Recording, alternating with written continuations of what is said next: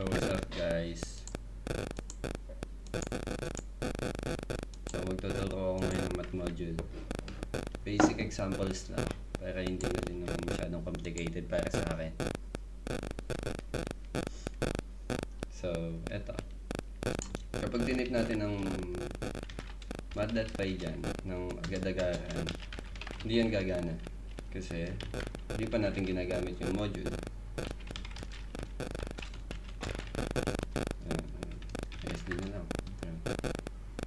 So ayan, ganyan ang lalabas, mag-error siya. Pero kapag ginamitan natin yan ng module, which is import math, ayan, magagamit na natin ng mga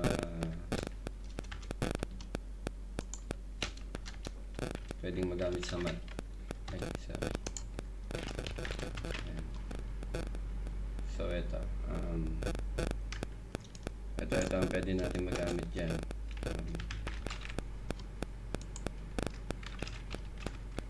Ayan. So ayan na yun ang mga pwede natin gamit dyan. Ayan natin yung module na yan.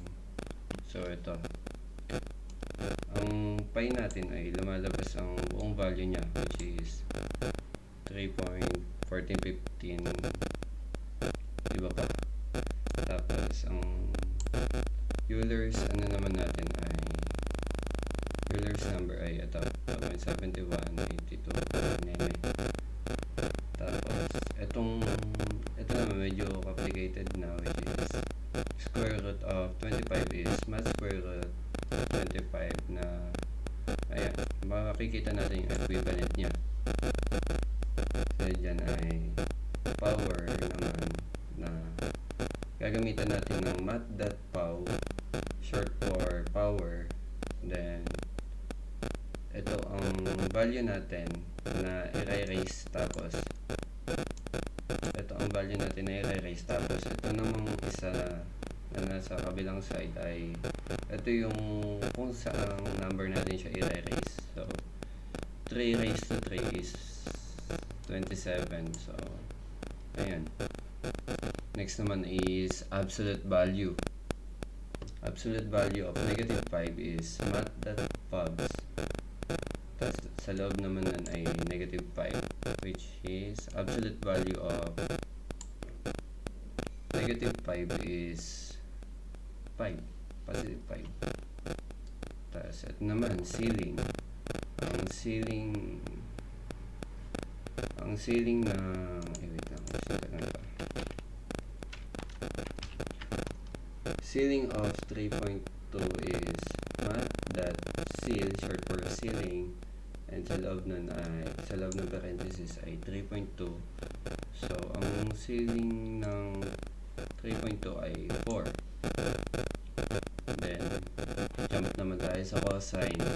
Ang cosine ng 0 ang gamit pala sa cosine is math.cos, tapos sa loob na ay 0 yung value na gusto mong kunin ng cosine, and then so ang nakalagay dyan ay 0.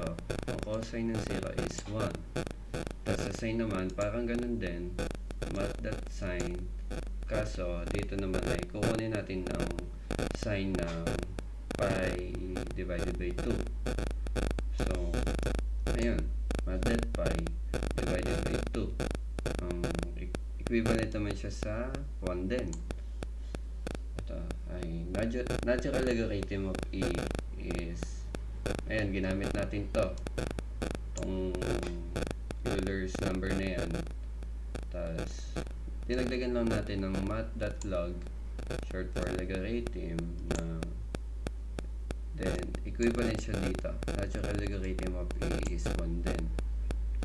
Tapos dito naman logarithm base of 10 of 100 is ginamitan lang din ng math.log. Tapos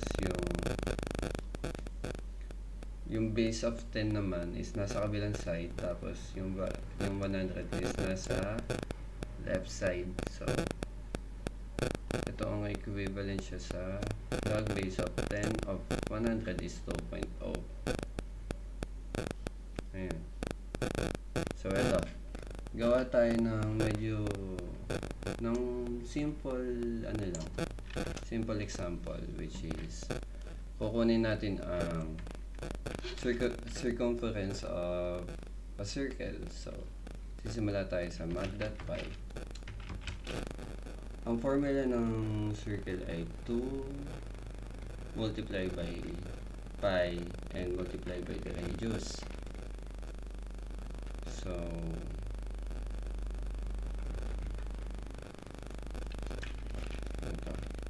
R is equal to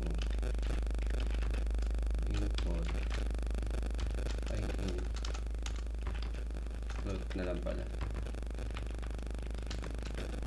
input give the value of the radius.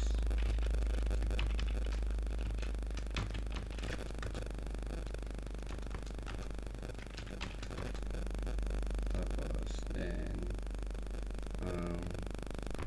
formula naman niya ay ito. Then, tapos 2 multiplied by pi multiplied by the radius. Then dyan ay makukuha na natin yun. So ang value ng radius natin ay 20. Ay, hindi ko pala siya na-transpose.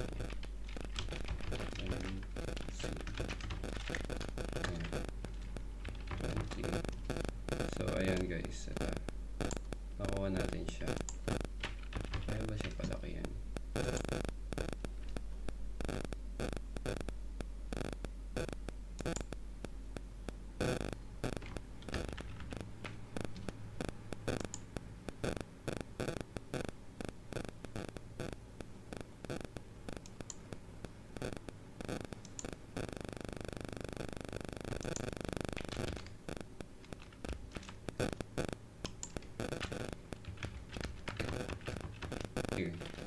So, dito ay gagamitin natin ng ang pi ulit.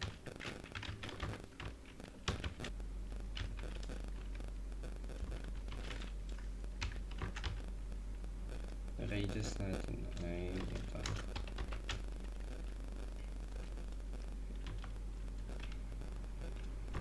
Float na lang pala. Float input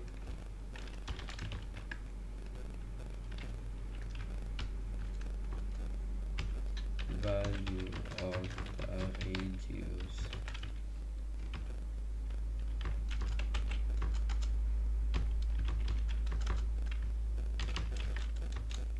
tas ang R ay equal natin siya sa radius. Ay ito, not that wow radius is to 3. So ayan, dito naman kukunin na natin yung volume. Ang formula ng volume ng sphere ay 4/3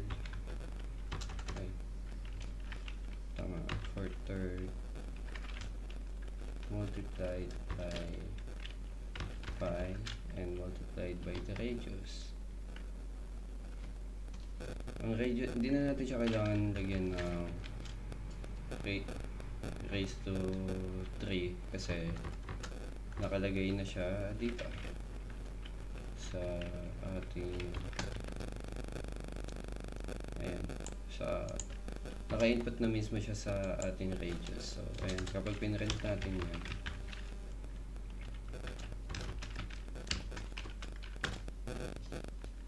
value of radius 20 na lang ulit.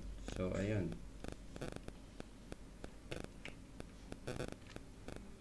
tama ba siya? So ayun lang guys, that's all for our math module. Bye.